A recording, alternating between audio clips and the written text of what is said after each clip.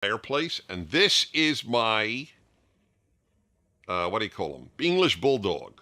I always think of him as Otto. I don't think about. Did you getting him on the camera? Otto, say hi. Otto is now meditating on the flame. He is a meditator, major time. Yeah. By the way, my view on having pets is: do they make you laugh? That's great. Life needs laughter. That's a good subject for another time. Do you know we actually have a video at PragerU on the benefits of laughter to marriage? We have a whole video with one of the who's the great Russian comedian? What's his name? I know him so well. Huh? Yakov Smirnov. Thank you very much. See, the more people who come to these shoots, the more information I get. It's really helpful. Anyway, great to be with you, and I will be taking questions, of course, as I always do each week. So this week, I'd like to talk to you about a subject that has confused now more and more people. It's, by the way, the confusion is partially deliberate and partially ideological. And it is a confusion about the word nationalism and how good it can be. There is a whole anti-nationalism movement in the Western world, not just in the United States. The EU, the European Union, is somewhat based on the idea that nation states are not important. What's important is some transnational, supranational identity. For example, Superman gave up his American identity. Is that Otto making noises here? Outside. It's outside? Okay, fine. And I'm blaming Otto. I feel very guilty. Otto, you're good. Superman gave up his American identity a few years ago. It's an amazing thing. I've mentioned this in the past, but this is truly worth mentioning again. One of the many examples of the healthier America, even though obviously there were unhealthy aspects, but the healthier America that I grew up in, Superman was a hero for us kids. Superman's motto was truth, justice, and the American way. Superman fought for truth, justice, and the American way. That is so American today that it's been abolished. He is not only is he not fighting for the American way, Superman is now not even American. That's right. In the comic strip Superman a few years ago, the guys on the left who now do the Superman comic had him announce in front of the United Nations he's relinquishing his American citizenship. He's now a citizen of the world. So why is there this terrible onslaught against nationalism? For a few reasons. Number one is ideological. The left, which is the elites of the Western world, are largely on the left. Almost the entire news media of the world, and the entertainment media of the world, the artistic elite, and they, from the beginning of the left, since Karl Marx, there is an anti-national idea. Marx did not divide the world by nation. In other words, you were not a German, you were not an Englishman, you were not a Frenchman, you were not a Russian. You were proletariat, or a worker, or you were in the employer rich class.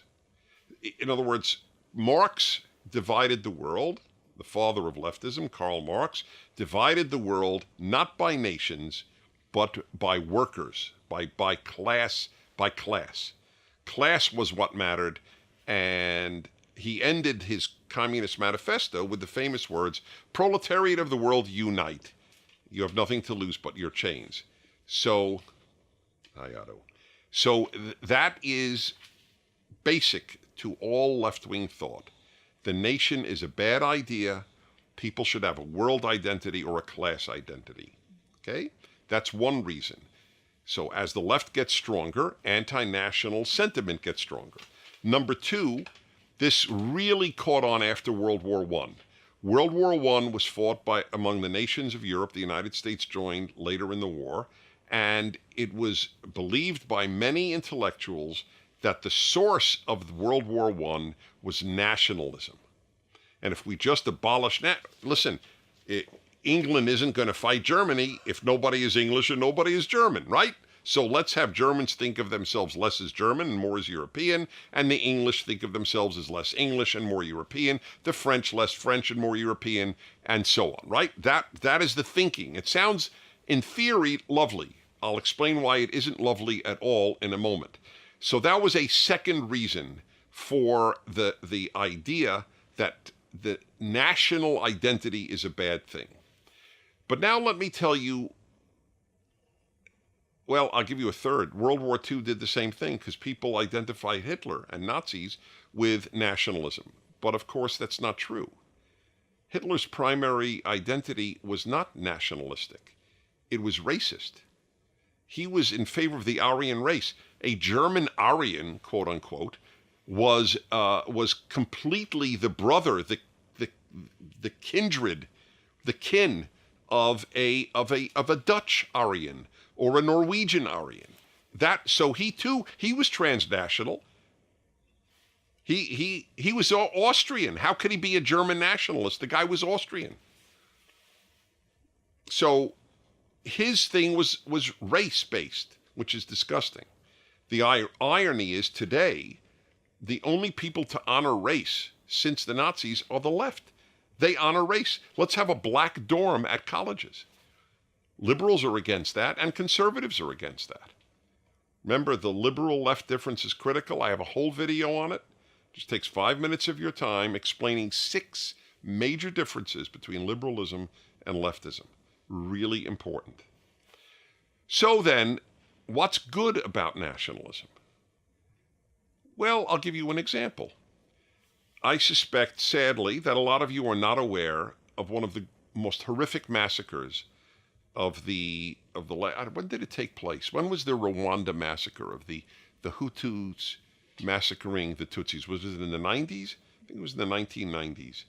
And it was like 600,000 people, if I'm not mistaken, and not by gas, and not by even shooting, by machete, mostly just cutting people up.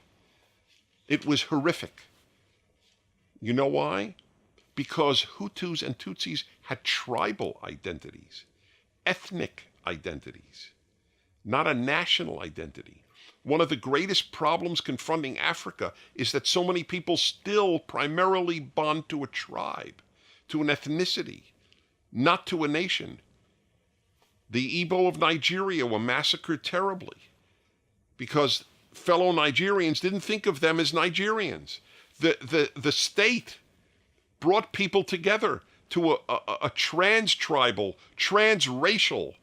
The state doesn't care about race. Nation is not race.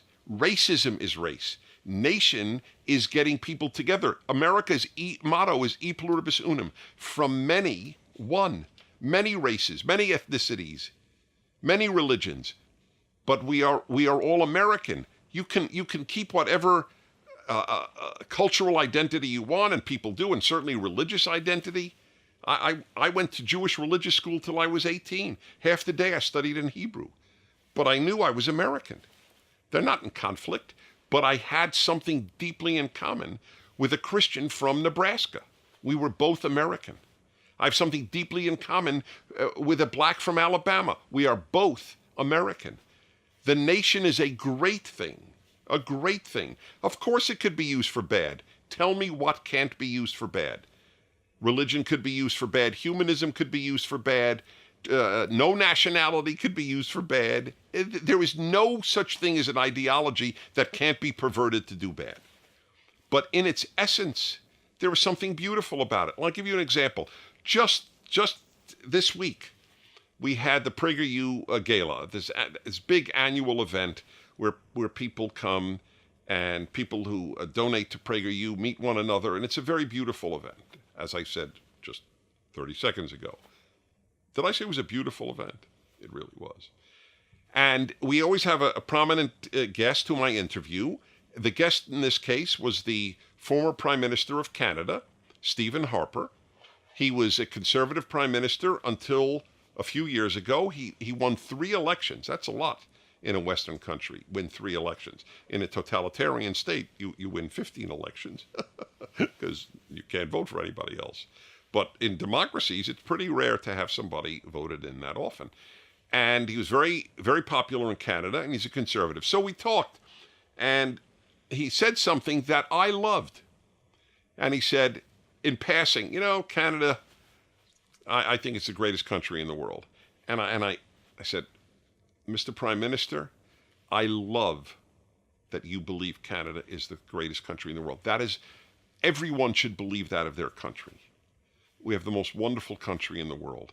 And everyone should aspire to their country being the most wonderful country in the world. That's a beautiful thing.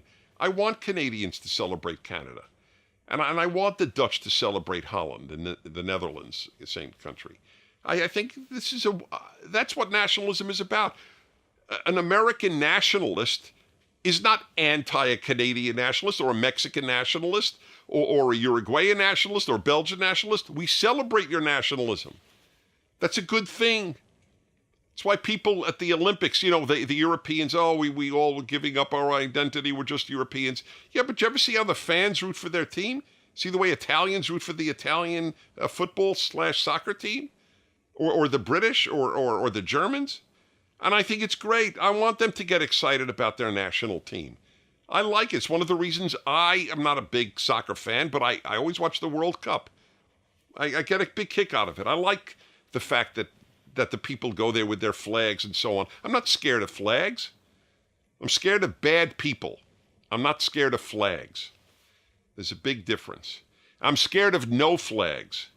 Because let's just imagine there were no flags, no nations. The UN ran the world. You know how much more evil there would be in the world where all power is concentrated? One of the great things about nationalism is that power is not internationally concentrated. By the way, in America, we were founded to be a republic, not a democracy. That's why the states have so much power. The U.S. Senate is not democratic.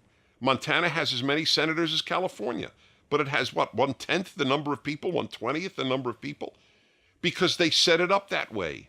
Because Montana should have a state for Montanans, and Texas for a state for Texans, and so on. That's a good thing, because the founders of the United States did not trust people with a lot of power. Lord Acton, the famous Brit, said, "Power corrupts, and absolute power corrupts absolutely." I don't want the UN to have world power. I don't want anybody to have world power. I don't want Brussels to have European power. That's the reason the British voted, except the elites, of course, they voted for Brexit, British exit from the EU. They wanted to be run by London, not Brussels. And the Italians feel the same thing. They want to be run by Rome, not Brussels. That's a healthy thing, not an unhealthy thing. The elites are almost all on the left, so of course they love power. They're crazy about power. In Brussels, they try to tell countries every detail of their lives. I have a German, I'm into audio equipment. I have a lot of German electronics for my stereo system. And so it is amazing. It goes off automatically after a certain time of non-use, because that's the way it works. They care about not using more electricity than necessary. But I'm going to pay my bill. It's my business. We Americans don't. So when they make a German product or an Italian product or any European product, it has to click off of a certain time of non-use. The Brussels tells Italy how their machinery should work. I mean, it's just a little example, but life is composed of little examples. Nationalism is a beautiful thing. And there's no such thing as white nationalism. That's the irony. What is white nationalism? White is a race. How could there be white nationalism? Aren't most of the people in Iceland white? Are they part of white nationalism? Isn't that idiotic? How could you be a white nationalist? There's no white nation. There are nations composed largely of whites, but that's a separate issue. The people in Iceland don't walk around thinking, yay for white. They think, yay for Iceland. Big difference. So this notion, if the President of the United States mentions nationalism, it's something about white supremacy. That's absurd. The whole point of American nationalism is that it contains people of every race. Nationalism ends race. It doesn't celebrate race. It celebrates nation. And it's a beautiful thing to have a national identity. Not just human being. What does that mean? You're a member of a biological species known as Homo sapiens? That's your identity? Yay, Homo sapiens. Who are you going to root for in the World Cup? Homo sapiens? It's preposterous. The whole thing's preposterous. And bad, morally bad. It's a beautiful thing to have nationalism. The left hates it, and that's part of the great ideological battle in America and the West. People unthinkingly go, oh yeah, nationalism, gee, that's bad. What's bad about it? People of every different race and every different religion united as one nation? What could be more beautiful? And the power issue is a big part of it. Who are you going to give power to if it isn't diffused among states in the United States, among nations in the world? I don't want Brussels to run Europe, and I don't want the UN to run the world. That is the issue. So long live good nationalism. What's the alternative? What's the moral alternative? Okay? The case for nationalism. Oh, and by the way, it also, one more thing. I broadcast a happiness hour every week on my national radio show.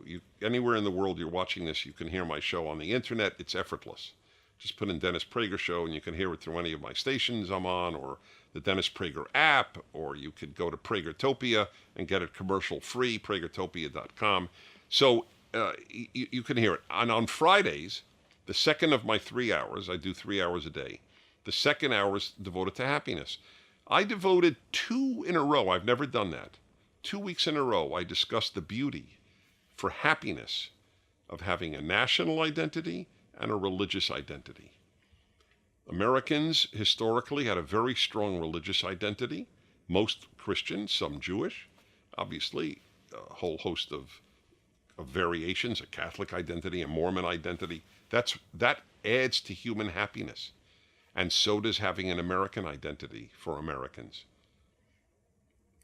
There are a lot of unhappy people walking around. You could watch them, screaming at the tables of politicians they don't agree with.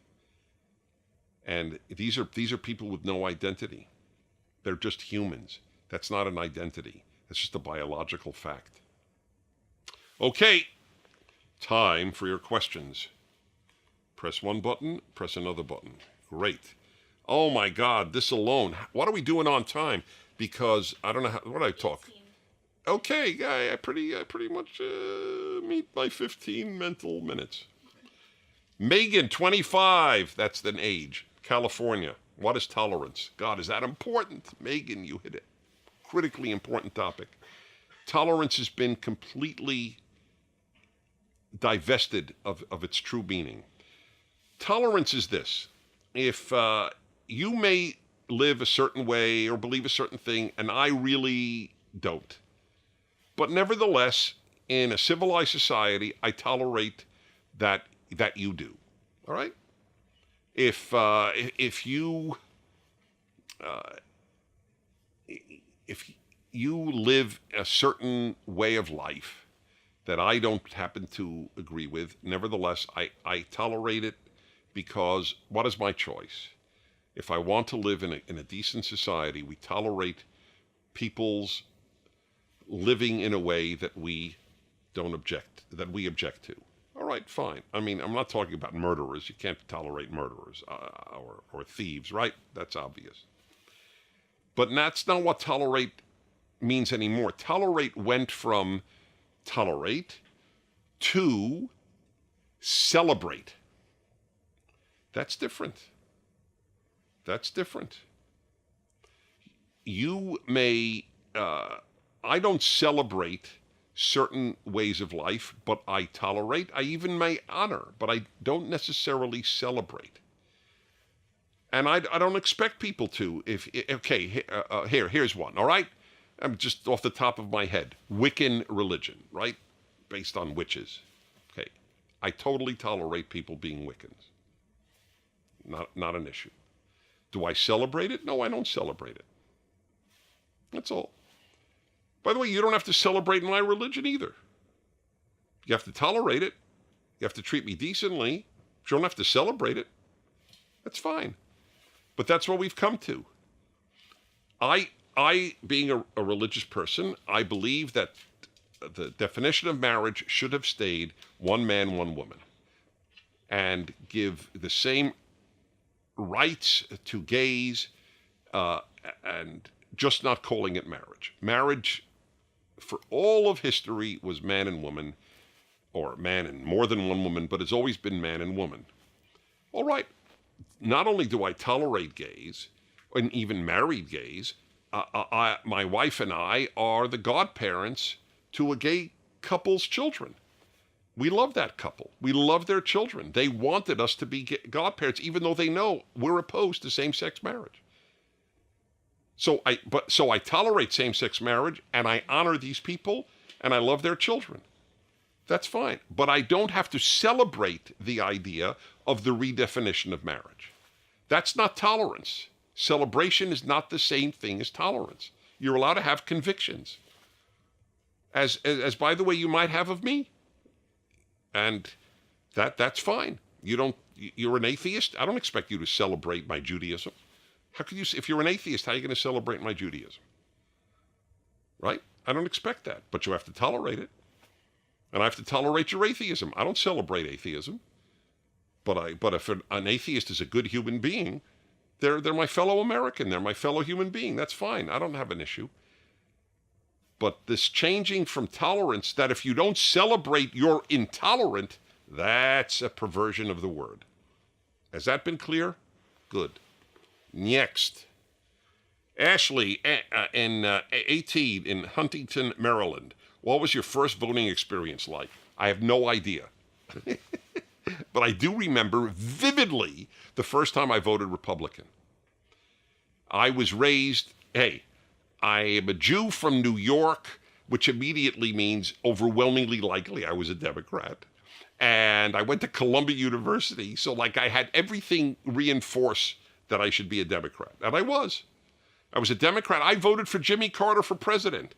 I consider that to have been a major error in my life, but I did it. Okay. The first time I voted Republican was for Ronald Reagan. All right? And I remember it was somewhat traumatic. I admit it. I am voting Republican? Isn't that going over to the dark side? That's what I had been taught my whole life. That's the dark. They're the folks who care about the rich, not the regular guy. But I was a regular guy. My parents were regular guys, although my parents were Democrats. Yeah, that's true.